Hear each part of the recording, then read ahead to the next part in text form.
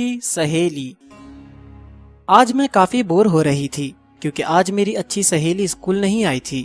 میں اپنی سیٹ پر خاموش بیٹھی تھی کہ ٹیچر کی آواز پر میں نے سامنے دیکھا مس کسی لڑکی کا تعارف پوری کلاس سے کروا رہی تھی۔ اس کا نام مس نے سائمہ بتایا۔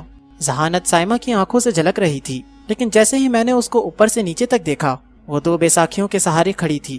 پہلے تو مجھے بہت افسوس ہوا، لیکن جب مس نے اس کو میرے ساتھ بیٹھنے کو کہا تو یہ افسوس غصے میں بدل گیا، کیونکہ یہ میری سہیلی کی جگہ تھی اور سائمہ کے یہاں بیٹھنے سے میری سہیلی کو مجھ سے دور بیٹھنا پڑتا۔ اس نے مجھے مسکرا کر دیکھا تو میں کوشش کے باوجود مسکرا نہ سکی۔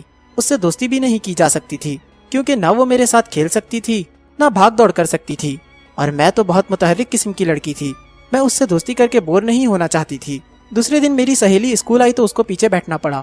میری سہیلی اور باقی کلاس فیلو نے یہ منصوبہ بنایا کہ اس کو تنگ کریں گے کہ یہ خود اسکول چھوڑ کر چلی جائے۔ اس منصوبے کو عملی جامہ پہنانے کے لیے لڑکیوں نے اس کو تنگ کرنا شروع کر دیا۔ چلتے چلتے دھکا دے دیتی، سائمہ گر پڑتی، کبھی برابر سے گزرتے اس پر سیاہی گرا دیتی۔ مجھے یہ دیکھ کر افسوس ہوتا، لیکن میں اپنے اس خیال کو جھٹک دیتی، یہ سوچ کر کہ اگر میں نے اس کو قبول کر کے اس سے دوستی کر لی تو مجھے بھی اس کے ساتھ ایک جگہ بیٹھنا پڑے گا اور میری زندگی کتنی بور ہو جائے گی۔ سائمہ لنچ بریک میں اکیلی بیٹھی ہوتی، کوئی اس کے پاس نہ جاتا۔ ایک روز سائمہ کوریڈور میں آرام سے بیساکھی کے سہارے جا رہی تھی کہ دو لڑکیاں بھاگتی ہوئی اس کے برابر سے گزری اور دھکا دے دیا۔ میں پیچھے ہی آ رہی تھی۔ سائمہ ایک دم لڑکھڑا گئی اور گرنے ہی والی تھی۔ میں نے جلدی سے اسے تھام لیا۔ اس کی آنکھوں میں آنسو صاف نظر آ رہے تھے۔ میں نے اس سے پوچھا کہ کیا ہوا، تو وہ صاف ان لڑکیوں کو بچا گئی اور کہا میں لڑکھڑا کر گر گئی تھی۔ مجھے پتہ نہیں کیوں اس وقت ان لڑکیوں پر بہت غصہ آیا۔ میں اس دن سائمہ کے ساتھ ہی رہی۔ دوسرے دن تو حد ہی ہو گئی۔